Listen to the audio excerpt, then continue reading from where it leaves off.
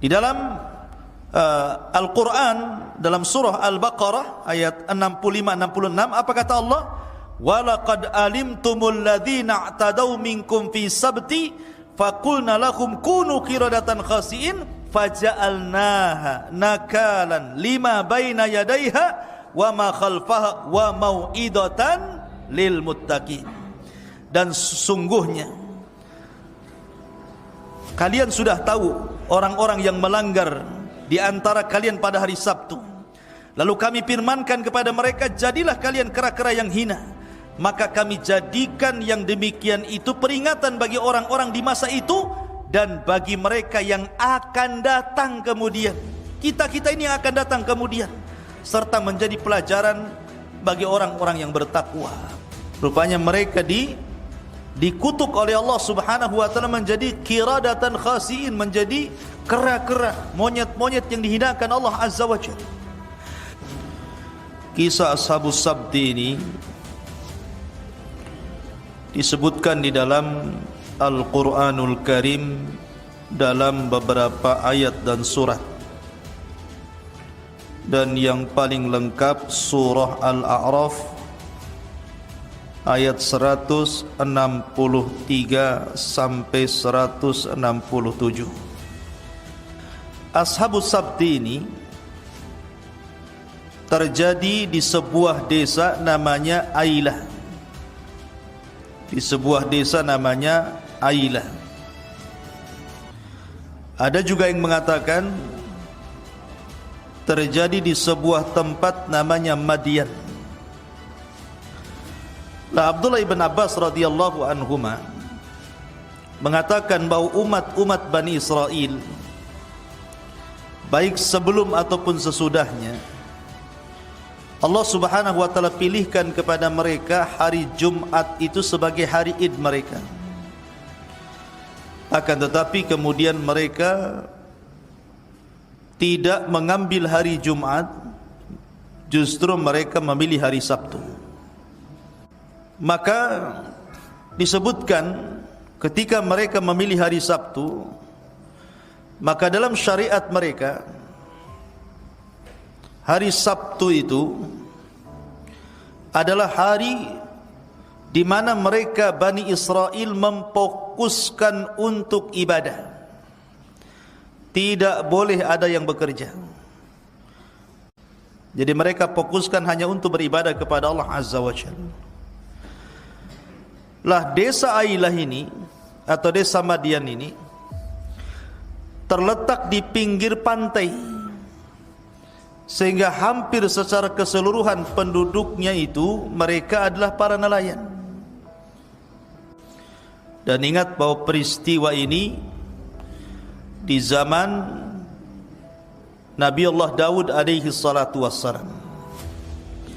Dan mereka boleh menangkap ikan itu mulai hari Ahad sampai hari Jumat saja. Hari Sabtu tidak boleh nangkap ikan. Masalahnya justru di hari Sabtu itu ikan itu loncat-loncat, banyak sekali nampak oleh mata mereka.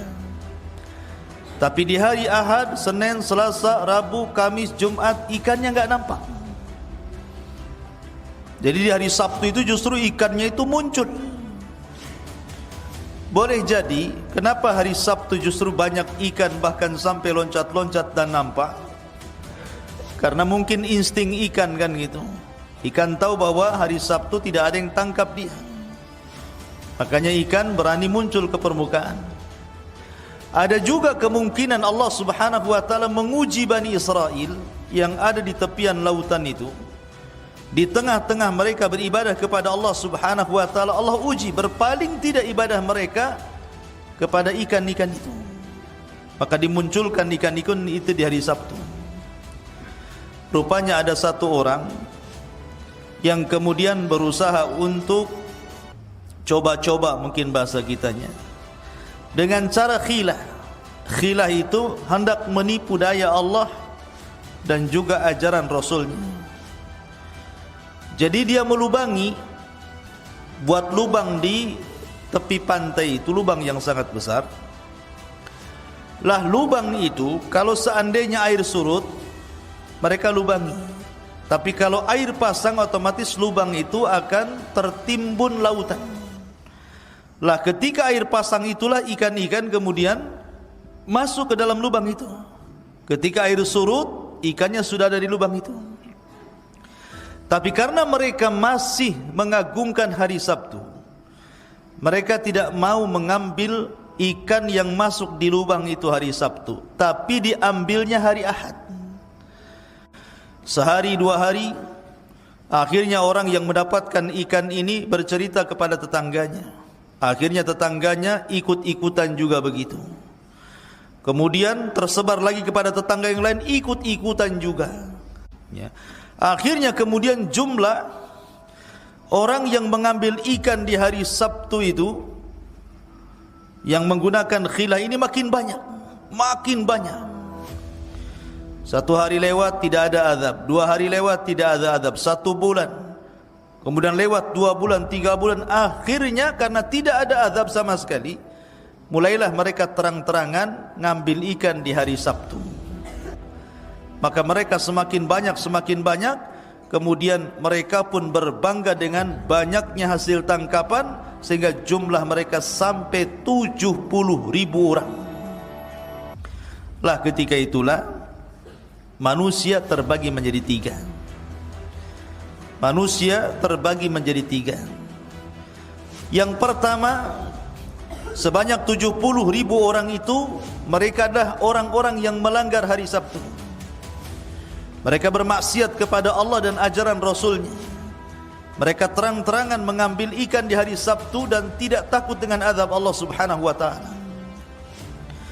Kemudian kelompok yang kedua, yang mengingatkan, jangan ambil ikan dari Sabtu, nanti akan datang azab kepada kalian. Pokoknya diperingatkan, diingatkan dengan ajaran-ajaran Allah dan Rasulnya, agar mereka jangan berani-berani mengambil ikan dari Sabtu, nanti akan datang azab kepada kalian. Dan jumlah mereka sedikit, hanya 12.000 saja. Kemudian kelompok yang terakhir, kelompok yang diam, tidak mau memperingatkan orang yang mengambil ikan di hari Sabtu, tetapi justru menyalahkan orang yang menyalahkan orang-orang yang mengambil ikan di hari Sabtu. Seolah-olah dia mengatakan, sudahlah, biarkan saja dia ngambil ikan. Mereka adalah kaum yang akan diazab. Kenapa kalian pusing pula memikirkan mereka? Akhirnya ikhwatu fiddin, muliakan Allah azza wa jalla, marahlah orang-orang yang saleh ini. Orang-orang yang melarang ikan di hari Sabtu ini marah, karena mereka tahu bahwa kalau seandainya ini dibiarkan akan datang azab kepada mereka. Akhirnya mereka pun membuat benteng, ingin dipisahkan, ingin dipagar antara mereka dan orang-orang yang mengambil ikan di hari Sabtu. Maka mereka membuat benteng tinggi-tinggi, jangan sampai mereka hidup dengan orang-orang yang melanggar perintah Allah dan Rasulnya. Akhirnya terpisahkanlah orang-orang ini, orang-orang ahli maksiat dan orang-orang yang ahli taat ini. Tiba-tiba suatu hari, di balik tembok itu biasanya ramai para nelayan itu, dapat ikan banyak, ramai mereka. Tapi suatu ketika tiba-tiba di balik benteng ini senyap, tidak ada suara. Orang-orang soleh ini kaget, kenapa tidak ramai? Biasanya mereka tertawa mendapatkan ikan, bangga dan begitu seterusnya. Pada suatu hari tiba-tiba diam, tidak ada suara sama sekali. Akhirnya orang-orang soleh ini satu dengan yang lain berunding, ada apa? Dibuka enggak gerbangnya ini? Setelah mereka bermusyawarah, dibukalah gerbangnya. Rupanya berkumpul di depan gerbang ini monyet-monyet yang sedang menangis. Rupanya mereka dikutuk oleh Allah subhanahu wa ta'ala menjadi qiradatan khasiin, menjadi kera-kera, monyet-monyet yang dihinakan Allah azza wa jalla. Sebagian ahli tafsir mengatakan, yang muda-muda tiba-tiba jadi monyet, jadi kera, dan yang sudah tua mereka jadi babi. Qiradatan wal khanazir. Monyet-monyet dan babi-babi ini mengenali keluarga mereka yang saleh yang di balik dinding ini. Ketika melihat itu paham, itu pamannya, itu iparnya, itu kerabatnya, tahu. Tapi orang-orang saleh sudah tidak mengenal lagi. mana kerabatnya, mana saudaranya. Akhirnya kemudian karena ketakutan ditutup lagi gerbangnya. Karena mereka tidak bisa makan lagi, tidak bisa minum lagi karena sudah dirubah menjadi binatang. Maka ada yang mengatakan setelah 3 hari peristiwa itu, akhirnya Allah subhanahu wa ta'ala binasakan mereka semuanya. Ini yang ditakutkan Nabi SAW.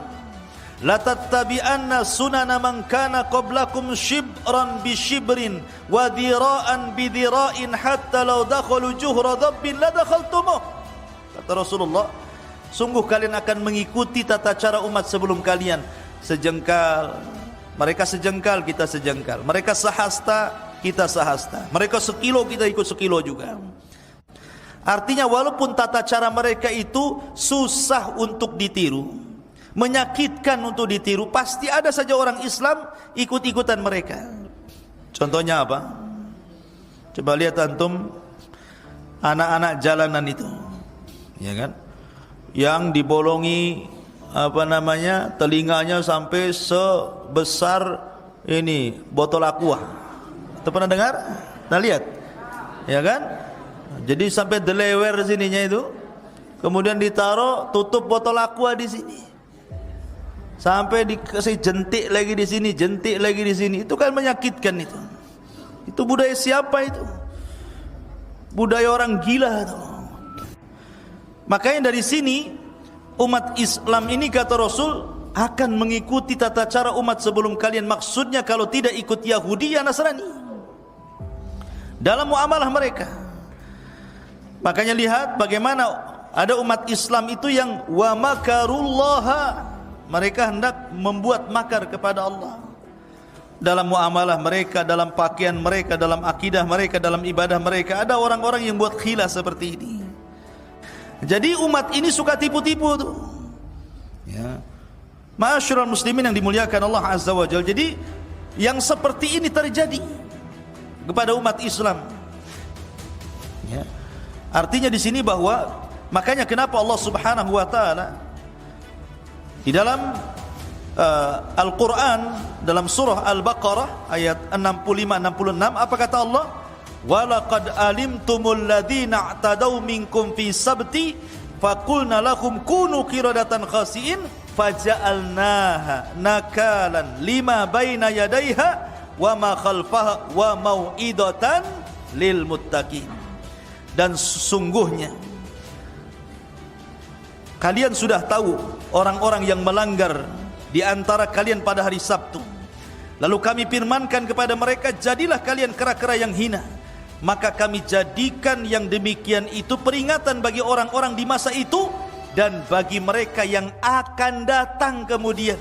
Kita-kita ini yang akan datang kemudian, serta menjadi pelajaran bagi orang-orang yang bertakwa. Itulah di antara kilasan kisah Ashabus Sabti. Dan ini pelajaran besar bahwa begitulah Allah Subhanahu wa taala hinakan orang-orang Yahudi yang merasa mereka lebih mulia dan yang lainnya hina. Na'udzubillah.